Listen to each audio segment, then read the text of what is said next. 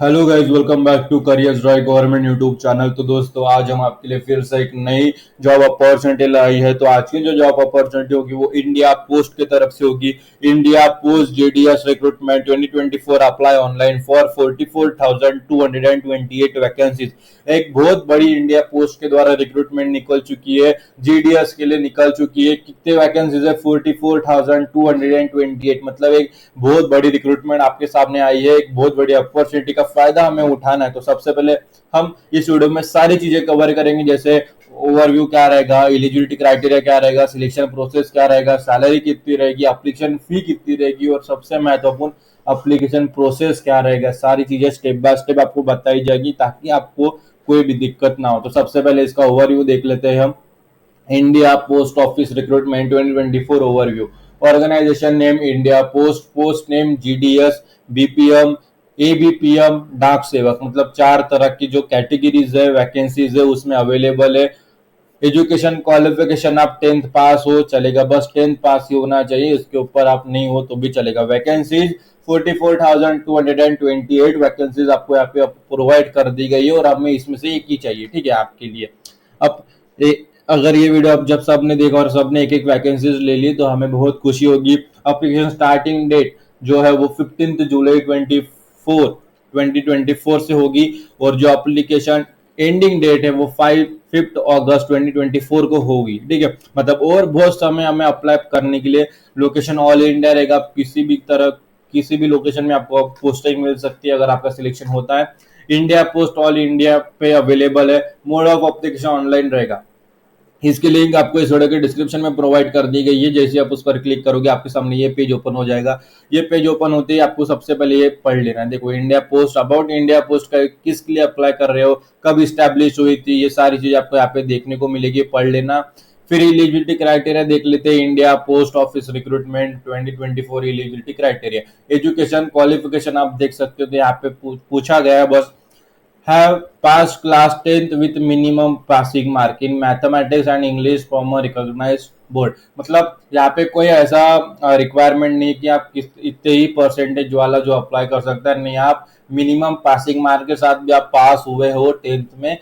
बस मैथमेटिक्स और इंग्लिश वहाँ पे होना जरूरी है आपके सब्जेक्ट, तो आप इसके लिए एलिजिबल हो। जो नेक्स्ट ऑप्शन है, जो नेक्स्ट एलिजिबिलिटी क्राइटेरिया जो है वो देखो, क्लास 10 में आपके एक लोकल लैंग्वेज आपने जो पढ़ी है, क्योंकि अगर आपका सिलेक्शन होगा तो जिस क्षेत्र में आपका सिलेक्शन होगा तो उसकी लोकल लैंग्वेज आपको आना बहुत जरूरी है, और आपके स्टेट की लोकल लैंग्वेज आपको आना बहुत जरूरी है, ठीक है। In Arunachal Pradesh candidate must know both Hindi and English and tribal native language dialect, ठीक है।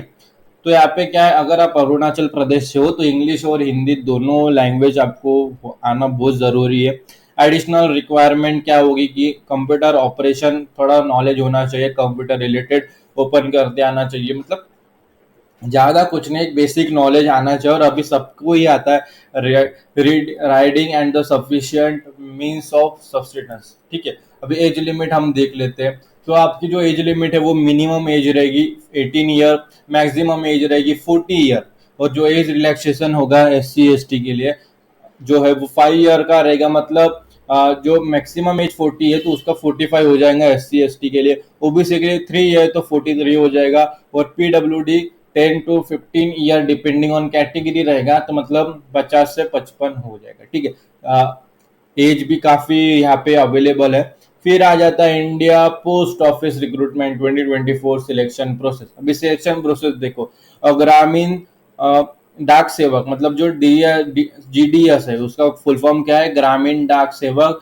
Recruitment selection is based on the merit list derive from the 10th grade examination result. मतलब आपकी यहाँ पे कोई एग्जाम के तहत आपका सिलेक्शन नहीं होगा, यहाँ पे सिलेक्शन होगा आपके 10th के मार्क्स के ऊपर। Marks are averaged and translated to percentage with an accuracy of 4 decimal. Application who submit grades on points rather than marks will have their scores calculated using the standard multiplication factor. Specification consideration are made for various school boards to provide fair evaluation across grading system, ठीक है। तो आपकी यहाँ पे कोई exam नहीं होने वाले, सिलेक्शन प्रोसेस आपके जो 10वीं के मार्क है उसी के आधार पर आपका जो सिलेक्शन होगा। फिर यहाँ पे इंडिया पोस्ट रिक्रूटमेंट सैलरी जो है वो आप देख सकते हो, तो GDS रिसीव ग्रामीण डाक सेवक receive time related continuity allowance, मतलब TRCS मिलता है, विच इंक्रीज एनुअली बाय 3%। 3% का उसमें हर साल बढ़त होगी। They are intended entitled to dearness allowance, मतलब ऑन TRCA में डियरनेस अलाउंस भी रहेगा as per government norms. Additional benefit include GDS gratuity and the service discharge benefit scheme similar to the new pension scheme for regular employ. सारी जो pension वगैरह की जो scheme है वो आपके बेनिफिशियल रहेंगे। The initial engagement of first the following TRCS slab, मतलब आपकी जो सैलरी वो नीचे की इसमें रहेगी।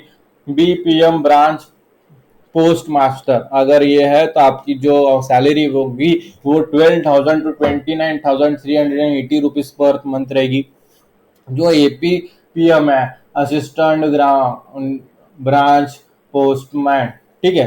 तो यहाँ पे कैसा रहेगा, जो डाक सेवक है उसकी जो सैलरी रहेगी वो होगी मंथली रेंज 10,000 to 24,470 रुपीज, इतनी सैलरी रहेगी। अभी अप्लीकेशन फीस देगा, अप्लीकेशन फीस कितनी रहेगी, तो अप्लीकेशन फीस 100 रुपये रहेगा पेबल।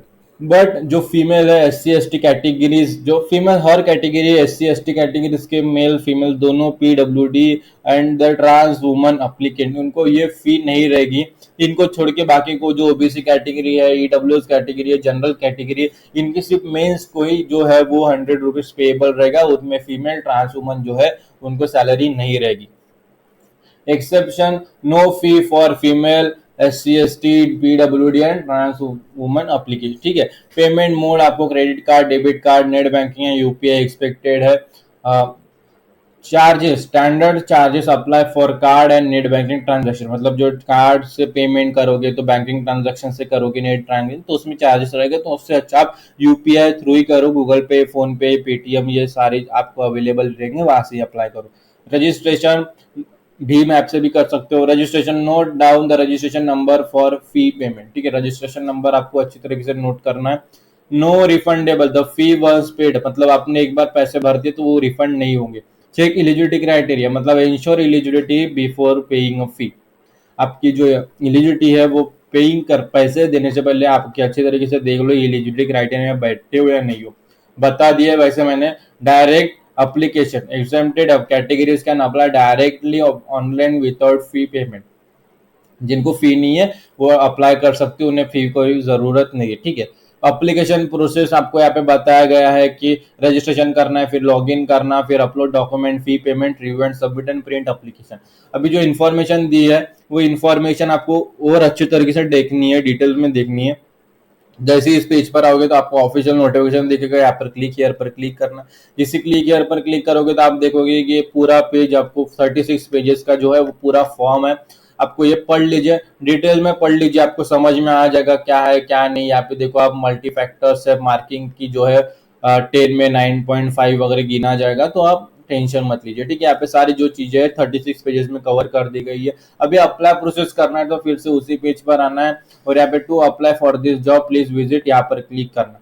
जैसे आप उस पर क्लिक करोगे इस लिंक पर तो एक नया पेज हमारे सामने ओपन होगा। तो यहाँ पे स्टेट सेलेक्ट करना। अभी जैसे हमारा महाराष्ट्र है तो मैंने महाराष्ट्र स्टेट सिलेक्ट किया, तो महाराष्ट्र सिलेक्ट करने के बाद हमारा जो फॉर्म है वो ओपन हो जाएगा। फिर यहाँ से हम सिलेक्ट डिवीजन वगैरह में वो है, हम सारी जो चीजें है यहाँ पे सिलेक्ट करेंगे, ठीक है। यहाँ पे व्यू पोस्ट देखेंगे और सारे जो चीजें है वो कवर करेंगे। यहाँ पे जो पोस्ट है इसमें अप्लाई करेंगे। समझ में आ गया? कोई भी दिक्कत आपको नहीं होगी। यहाँ पे अप्लाई प्रोसेस है, नोटिफिकेशन है, तो नीचे आप अप्लाई कर देना, कोई भी टेंशन नहीं लेना, ठीक है। रजिस्ट्रेशन करना, रजिस्ट्रेशन यहाँ पर क्लिक करना। जैसे आप रजिस्ट्रेशन पर क्लिक करोगे तो एक पेज ओपन होगा। यहाँ पे mobile number, email ID, application name, father name, date of birth, gender, community, sir secondary school pass, year of passing, यहाँ पे सारी चीजें करके सबमिट पर क्लिक कर देना और नेक्स्ट स्टेप आप फिलअप कर देना यहाँ पे कैप्चा वगैरह फिलअप करके। तो सारी चीजें हमने कवर कर दी है। एक एक तरीके से सारी जो अप्लाई प्रोसेस है आपको अच्छी तरीके से करना है। स्टेज टू अप्लाई ऑनलाइन करना है, फिर फी पेमेंट करना, कैंडिडेट ग्रेसियस करना। यहाँ पे अप्लीकेशन फॉर्म में अप्लाई कर देना, बाद में अप्लीकेशन स्टेटस यहाँ पे दिखेगा।